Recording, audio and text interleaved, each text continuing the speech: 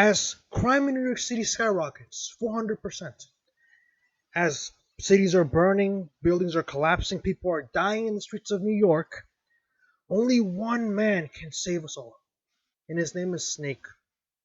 Oh, wait, I'm actually describing to you the movie Escape from New York. Well, what's the difference nowadays, considering that New York is literally a crime infested city riddled with lawlessness? Escape from New York should have been a film. Now, if you haven't seen Escape from New York, it's a 1981 film. It was released in 1981, way before I was born. But essentially, the premise is because of increasing crime rates, the United States literally makes Manhattan an entire high security penitentiary, prison, right? Or prison, whatever you want to call it. Because it's riddled with crime, right? Manhattan was already riddled with crime, so they said, okay, fine, let's make this a prison then. Let's let's shut off all the bridges and let's have everyone in this prison be sentenced for life. Well, granted, Snake wasn't really trying to save Manhattan. They were, I think the premise, like I said, I haven't watched the movie. I read the synopsis.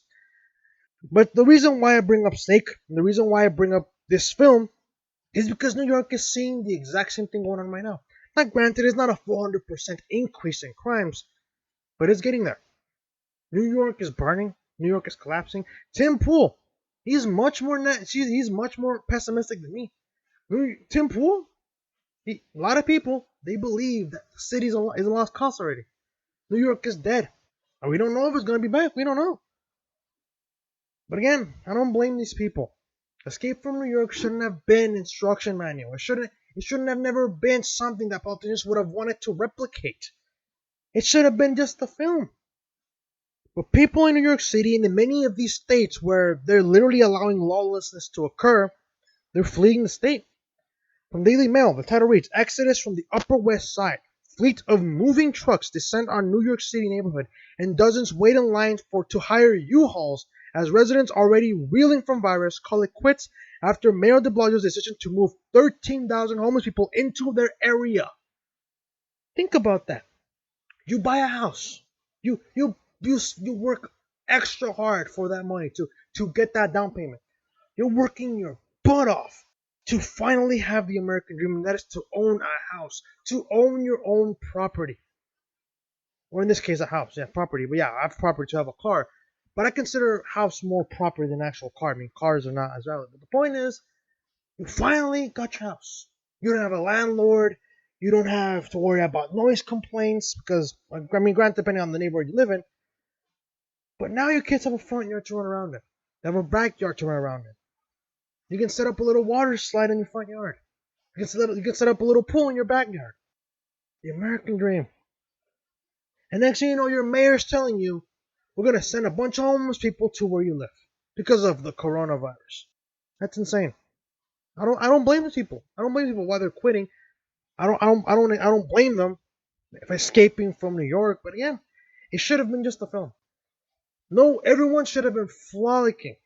They should have been going to these cities, these magnificent cities that have turned they just turned to hellholes. They really have. Call me cruel, but many of these major cities that were that were that were like the beacon of glory for this country are now becoming very, very horrible cities to live in. And one of my songs that I like to listen to from James Brown is called Living in America. James Brown, back in the 80s, the cities that he names, no doubt, they were great cities. They would literally be willing to name them all in a song. He mentioned Chicago, Detroit, right? New York City, LA, Austin, Texas. Many great cities, no doubt. They were magnificent back in the 80s. But now, LA's a shitstorm. Literally. San Francisco the same way.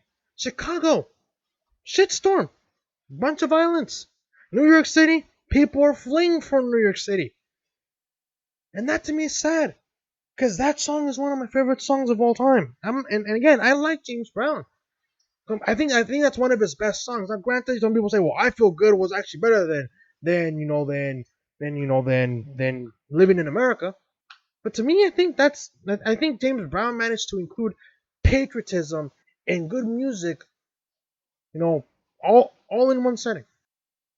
But I guess saying, man, those cities, Chicago, New York, L.A., right, Dallas, Texas, Austin, Texas, all those great cities, no doubt were great.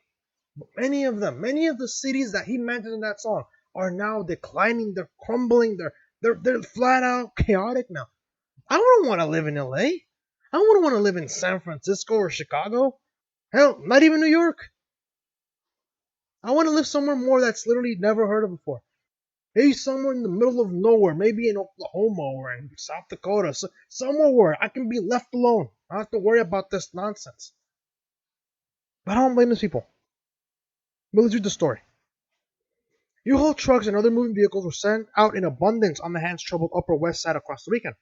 The seeming exodus comes just days after it was revealed residents in the area are planning to sue the city after thousands of homeless people were put up in luxury hotels in the neighborhood in a controversial attempt to stem the spread of the COVID-19 amid the ongoing pandemic. Natives, for example, anyways, let's go on. Natives of the typically upscale neighborhood say that the moving in of the vagrants has caused an increase in crime, random violence, drug use, public urination, and open prostitution. I wouldn't want to live in that neighborhood. If anything, if I move up to a very upscale neighborhood, it's because I want my kids to be safe. Like I said, myself, I don't like the cities. You can say, oh, Carlos, is it because minorities live in the cities? No. It's because I do not like cities because they're riddled with crime. Not to mention, I do not like living in an apartment. I prefer the suburbs. Preferably rural areas, but I don't want to punish my girlfriend with the rural areas. I want her to at least live in the suburbs. Anyway, this is going. Long lines were seen outside of a number of U-Haul stations in the neighborhood across Saturday and Sunday, with moving vehicles lining residential streets and in discarding the furniture stacked on the sidewalks left by locals seeking pastures new. While the end of the month often proves to be a busy moving period in the Big Apple, Guardian Angels founder Curtis Sliwa told the New York Post that he believes the mass evacuation of Upper West Siders from NYC is now in full effect. I don't blame him. And this is of images, dude. People just waiting in line saying, I want a U-Haul truck. I want to get the hell out of here. I don't blame them. This is an image of literally just a homeless guy drunk because I think he has alcohol in that bag or something. But again, no one wants to see that. Again, it's not to be rude, but if I pay a lot of money for a house, I expect it to be a good neighborhood. I do not want it to be riddled with urination and crime and drug use. No, hell no. Anyways, let's keep going. Oh, this is there's a little bit of a snippet of the video. They're bailing. They don't care. They're saying F this. I'm out of here. I don't blame them though. Sliwa, who lives on West 87th Street, directly blamed the city's decision to house residents of emotionally disturbed homeless people and recovering addicts in neighborhood hotels as the main catalyst for it. The mayoral candidate, who often leads Guardian Angel patrols of the area, said he saw numerous moving trucks stacked up down in the street Saturday. Stopping at each, he says he asked the residents where they were planning on moving to, which each reportedly confirming they were moving out of state. Oh man, dude. Escape from New York. I don't blame them. But here's the thing. I feel their pain. I get it. I would be really furious too with my leadership if my mayor or my governor, allowed this stuff to happen in my neighborhood. I did not just spend $200,000, $300,000 for it to be invaded by homeless people. I did not spend $300,000 plus on a house for it to be riddled with used needles and feces and crimes. I didn't spend that much money for that. So, I understand their pain. I understand their frustration. I really, really do. I've moved multiple times.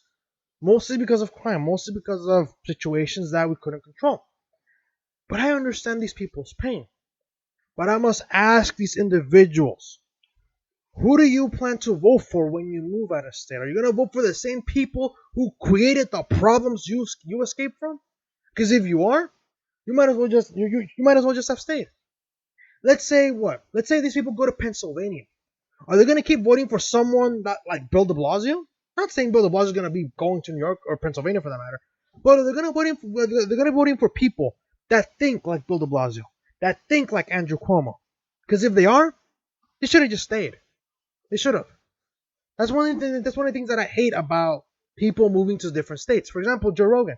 I like Joe Rogan as a comedian. I like his podcast very, very much. But he's also going to be bringing a lot of employees who are very left leaning, and they're going to be going to Texas, and they're going to be infecting Texas, and they're going to be basically taking over these states. It's a virus, like I said. I must ask you, if you're moving out of these blue states, who are you going to vote for come the next election? Are you going to voting for people?